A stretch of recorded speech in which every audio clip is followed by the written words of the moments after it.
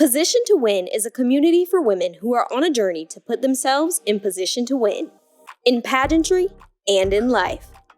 On the Position to Win podcast, current and former local, state, national, and international title holders from various systems give you insight into their journeys, tips and tricks, and of course, authentic, unfiltered conversation. Here you will find the motivation you need to take up space, shatter glass ceilings, serve with intention, and fiercely chase crowns. This is not just for pageant girls. This is where we find what we need to put ourselves in position to win. I'm your host, Jada Samuel. Hello, everyone, and welcome back to Positioned to Win. I'm so excited to have you here, and I'm also ecstatic to have my guest today. She is a Virginia native, attended Hampton University, a historically Black college in Hampton, Virginia, won Miss Hampton University, which is a big deal in the HBCU community, then went on to win the National Sweetheart Pageant, before going on to win Miss Virginia 2013 in the Miss America organization, and definitely before winning Miss Virginia USA 2016, which is where I discovered her and started following her journey, and placing in the top 10 at Miss USA.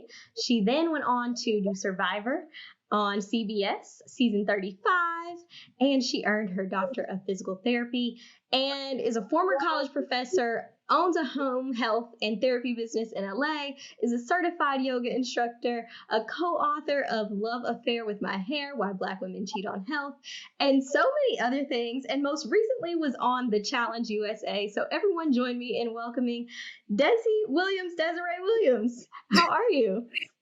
I'm great. Thanks for having me. When you put it like that, it feels like a lot, but it is. You know, I've had several Virginia women on the podcast, and what I will say is something is different.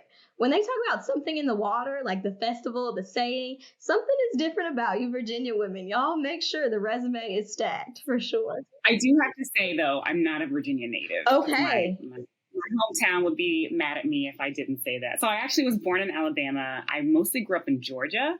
And I just moved to Virginia to go to Hampton for undergrad. I ended up staying for grad school, ended up working at Hampton for a couple of years. So I am actually not the internet has it wrong. But yeah, the Virginia has a good piece of my heart. They've claimed you, that's for sure. Right. Well, I love to start off this podcast just talking about pageantry because all of the guests on this podcast are women who have competed in some form or fashion and gone on to do some amazing things. So can you tell me how you got your start in pageantry?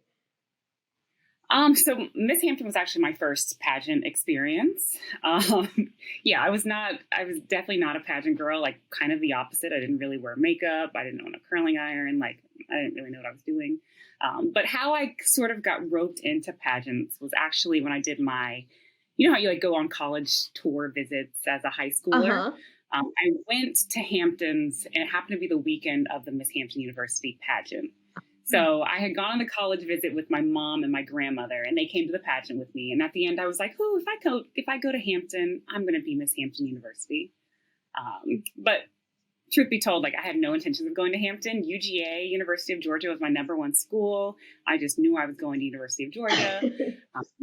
And then Hampton offered me a full scholarship, and I was like, "Well, I guess I'll take the free education over the paid education." Absolutely.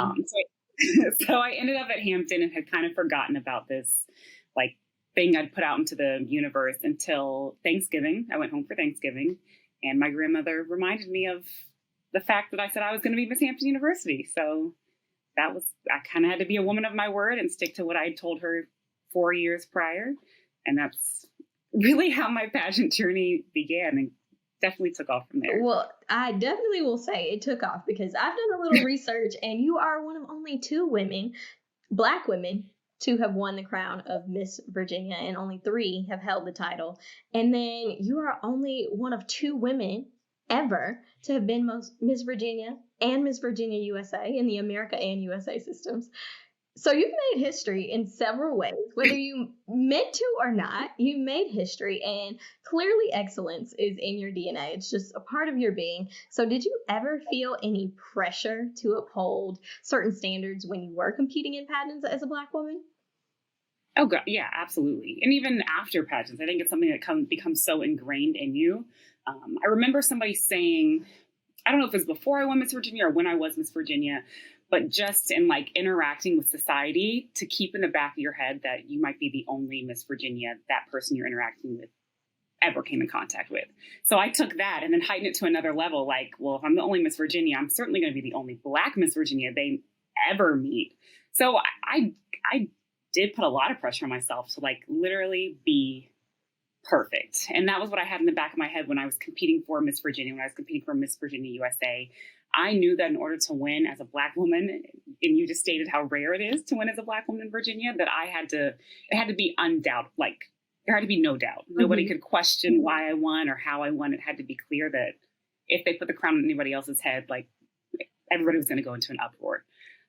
So yeah, it was a lot of pressure, and really kind of followed me even after that. When I became a professor, I still felt like I had to uphold a certain standard. And when I went on Survivor, I felt like I had to uphold a certain standard. So it does become pretty deeply ingrained. Absolutely. For better or for worse. I feel that even more as Black women who are raised in the South, as someone, I'm also born in Georgia, raised in South Carolina, there's this need and like desire to reach that certain level of perfection when it comes to education and when it comes to the things that you do in life. And then also in pageantry, you add that element on top of things.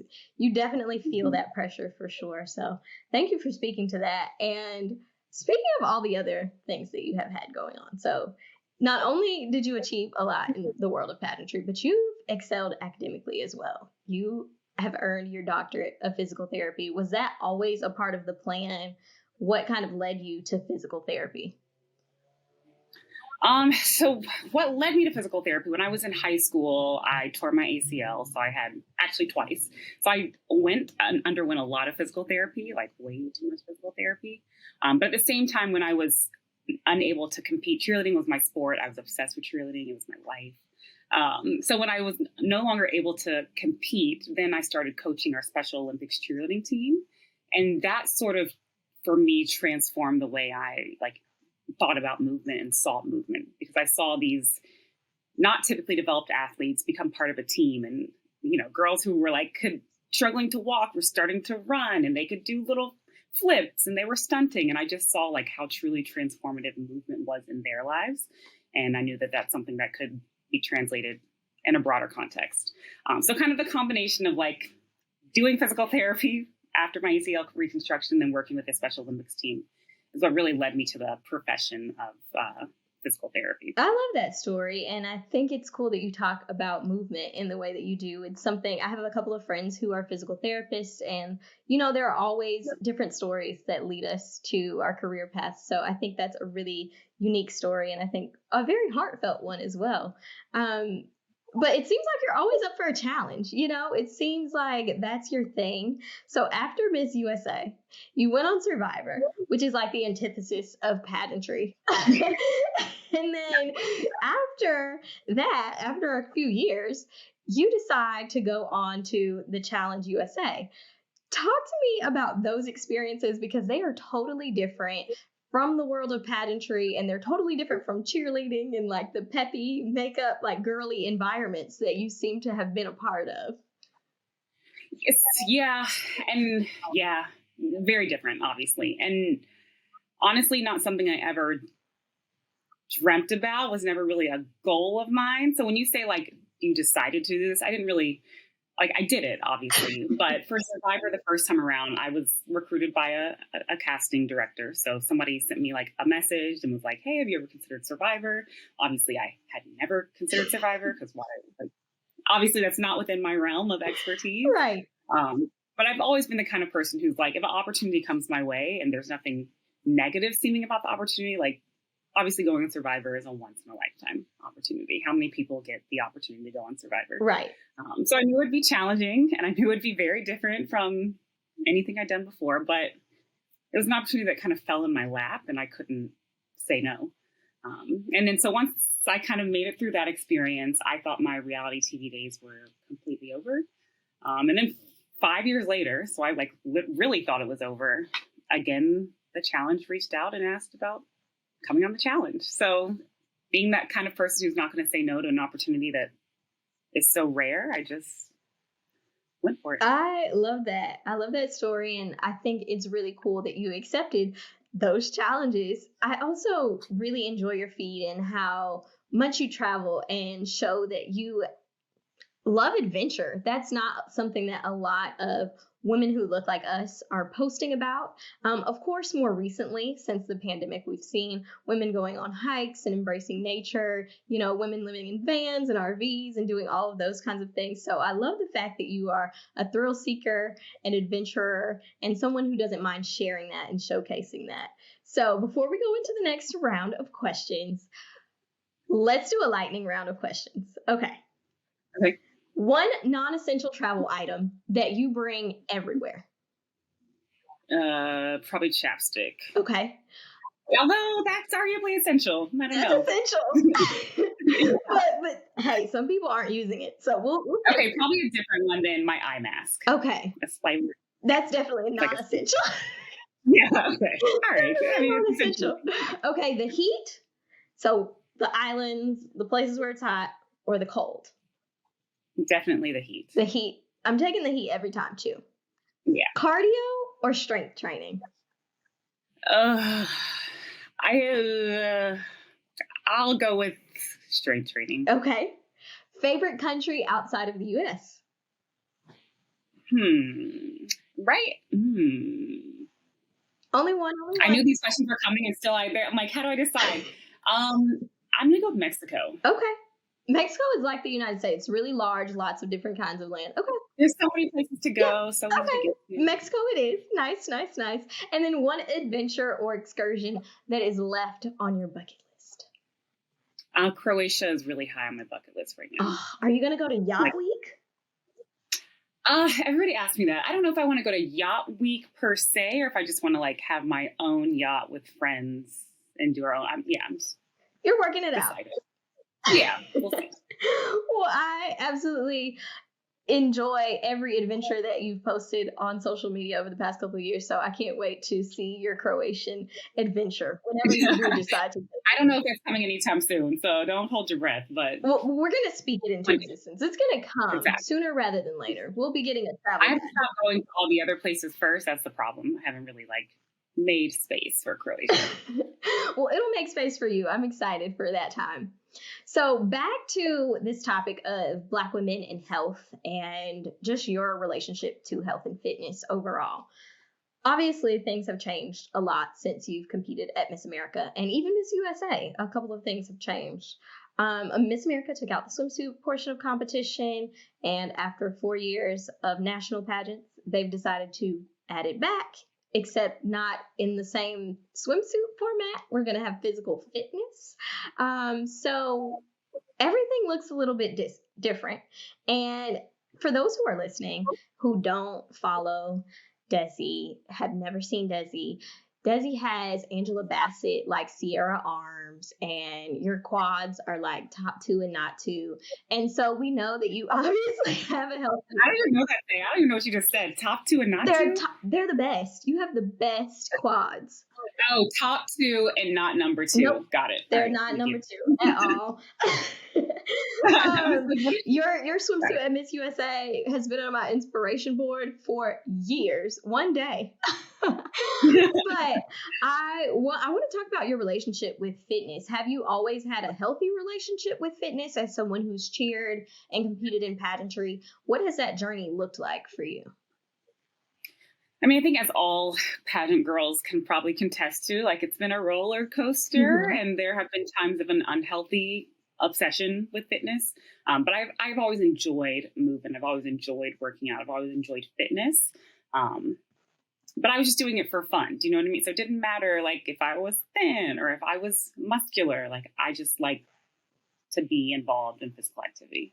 Of course, when you join the world of pageants, that all changes, and you stop looking at exercises like something enjoyable. And it's really, I don't say a means to an end, but it literally became I was Picasso trying to maybe not Picasso because he makes an abstract art, but I'm an artist who's trying to construct the perfect body, and the attention to detail like, yeah, while it obviously paid off, like I'm very proud of my Miss USA swimsuit body, the obsession around it was definitely unhealthy. And I think most pageant girls, ex-pageant girls, can definitely relate to that. Like 5 years later, we're looking at pictures and thinking, like, there were moments before Miss USA that I was like, oh, I wish I could lose a little bit more weight. And now I look back and I'm like, I look like a bobblehead. Like my head was literally too big for my body. Like what part of me thought that I wasn't thin enough? But it's just kind of this world you get morphed into. And it just changes your perception of like what's normal and what's not normal. So that's, I guess I have sort of like a love-hate relationship with this idea of taking out swimsuit, putting in swimsuit.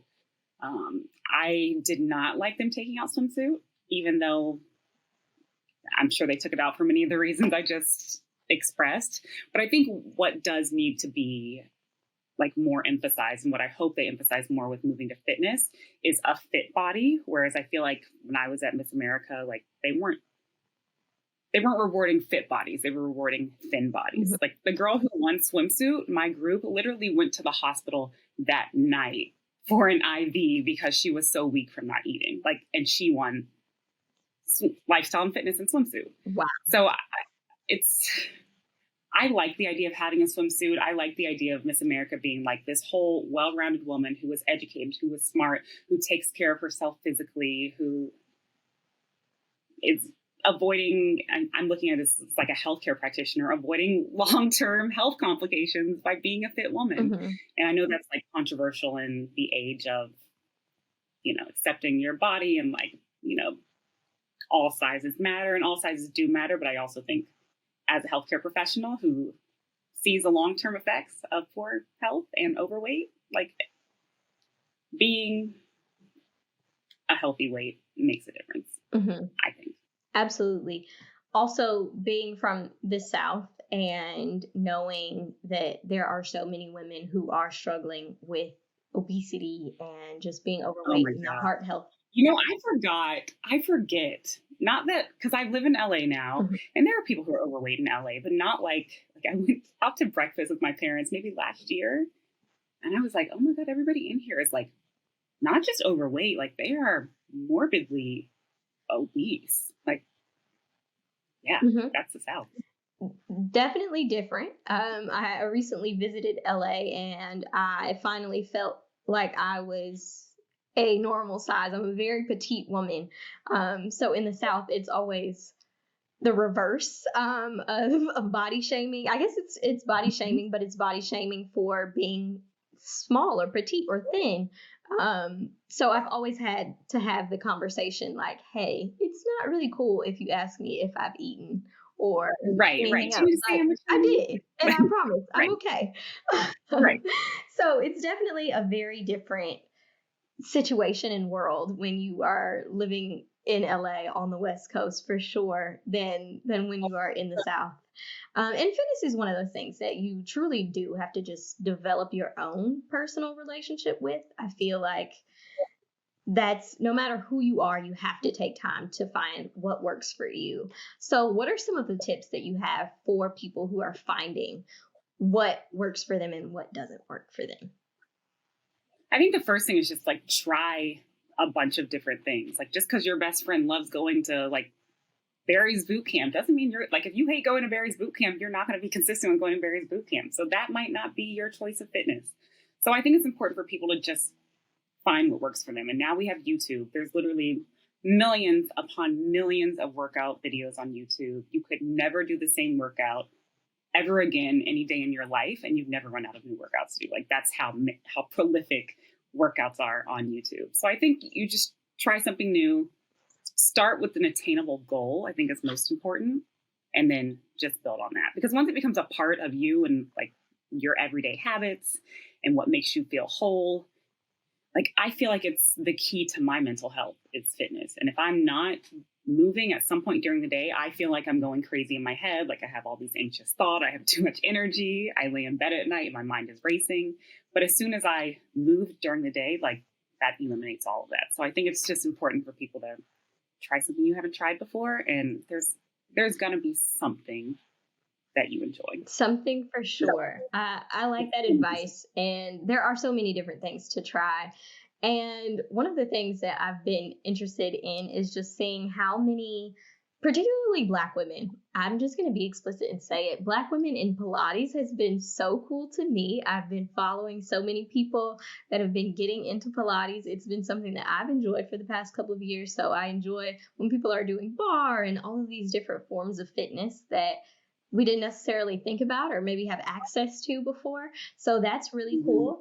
And another thing that we have to talk about is Black women who are getting in the gym now and not worrying about their hair. I feel like that natural hair movement really played a huge role in shifting the way that Black women approach fitness. So I mean, we saw it like when Solange came out and had her wedding in the fro, and now everyone's like, okay, I'm going into this natural hair movement, and now I can go to the gym and not worry about it.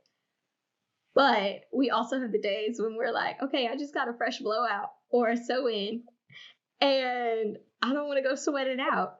Yeah, girl, that was me this morning. I was like, my hair's still straight. Should I swim? I planned to swim this morning, but do I really want to mess up my hair? Right. Let me do something a little bit more low tempo, more calm, like a little yoga instead of like sweating it out and getting that cardio in. So clearly you wrote a book that I mentioned earlier called Love Affair with My Hair, Why Black Women Cheat on Health. Without giving us all of the details that you share in the book, can you talk about Black women and specifically their relationship with health and fitness from your understanding as a physical therapist?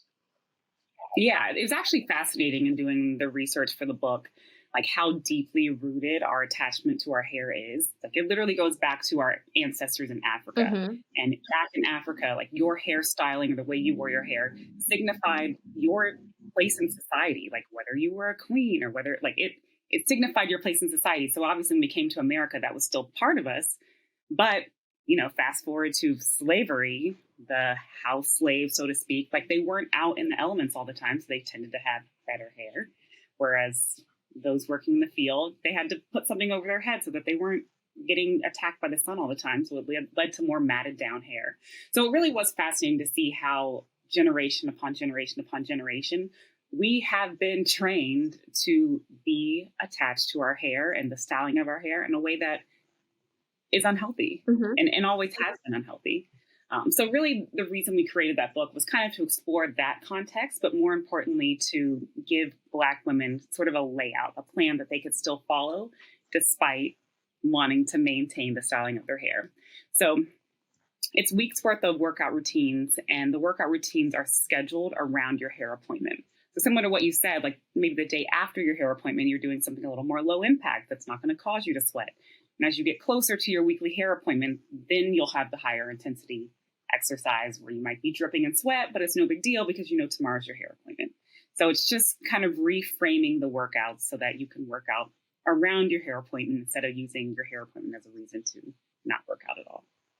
That's so cool. I did not actually know that the book had workout plans within the actual text. I just thought that it was more of like a historical context. So that's really cool. And I think that that's something that people need to see and know and like discover. So hopefully the people that are listening to this episode can tap in and click on the Amazon link that we'll link below so that they can grab that, because I'm definitely going to grab a copy now because I'm really You're just starting out with your workouts. It's like easy to follow. There are pictures of the exercises, so it gives you like a really clear plan so that you have no excuse to not incorporate working out into your routine. That's so cool. So one of the things that I ask every guest on this podcast is, how has pageantry put you in position to win? And I'm going to say it again because I did have too many P's going into that. How has pageantry put you in position to win? I think in so many ways. I think what people often overlook when it comes to pageants is that when we're competing in pageants, it's not the only thing we're doing. Like, we are excelling at pageants, but we're also working a job or we're going to school full time. Like, so the first thing it did was really make me a very clear planner and very good at time management. So when I started competing in pageants really when I started competing Miss Virginia, I was my first year of grad school. And grad school in and of itself, like the first year breaks some people. But on top of doing that, I was also prepping for my first Miss Virginia pageant. And then fast forward to Miss Virginia USA, I was working full-time at Hampton. I was also working part-time at a PT clinic. And I was preparing to be to compete at Miss Virginia USA. So I think the first thing it really teaches you is time management. The second thing is discipline. I missed out on a lot of social gatherings. There's a lot of parties I didn't get to go to. There were a lot of things where I had to really prioritize what was important to me at that time. So I think definitely discipline makes a huge difference. And then I also think the speaking capabilities is just invaluable. Like, I was pretty shy when I started college and pretty shy when I decided to compete at Miss Virginia. At Miss Hampton. I remember winning Miss Hampton and then hearing people like murmur in the student center, like, who is this girl? I've never even seen her before, never heard of her before. And then once I won the pageant, obviously I went on to do like speaking engagements, and I started planning events on campus. And so I became like well known on campus after that, but I was a nobody because I was shy. So I think those three things, discipline, time management, and then also communication, are invaluable. Well, also, clearly the opportunities that you've had have been just one of a kind. You've had a very unique experience since your pageant journey ended. So I am just so grateful that you joined this episode today. And I want people to be able to follow you, get in touch with you, book you, connect with you, all of those things. So how can people reach you? Absolutely. So the best way to reach me is through my Instagram. It's at Desi J. Williams. From there, I believe you can email me or you can DM me, whatever. I'm pretty easygoing. Or through my website, www.desijwilliams.com. And I'm grateful to pageants. I would have never had any of these other experiences that unfolded for me without it. So I think for me, like, the message that's most important for me to communicate to people is it's really easy to close doors and it's really hard to open them. So I think it's really important that people do whatever they can to leave doors open. And when there's an open door, like, go through it, try it out, get outside of your comfort zone. Because that's what all of these, like, when I competed at Miss Hampton, outside of my comfort zone, obviously. Went on to compete at Miss Virginia, literally didn't own a curling iron at that pageant. And, like, backstage the Sweetheart pageant, a girl, Miss Oregon, I'll never forget, let me borrow her curling iron so I could curl my hair for the, like, I don't know what I thought. I was going to a pageant without bringing a curling iron, but I did. I had no curling iron. So a girl backstage let me borrow her curling iron. I won the pageant. So I think it's just important to, like, ask for help when you need it, get outside your comfort zone, try new things. And I could have never written this story for myself. I could have never imagined this journey for myself. But I'm so grateful. Well, it's a really cool journey that I'm really excited to continue following, and I hope that everyone listening is excited to follow and hop on the Desi Williams fangirl train that I am on, clearly. So thank you all for listening to Desi and I's conversation, and be sure to follow Position to Win on Instagram and TikTok at Position to Win, and of course subscribe to us on YouTube at Position to Win, and find us on all of your favorite podcast streaming platforms. Thank you all for listening, and again, I hope that you go out and win the day.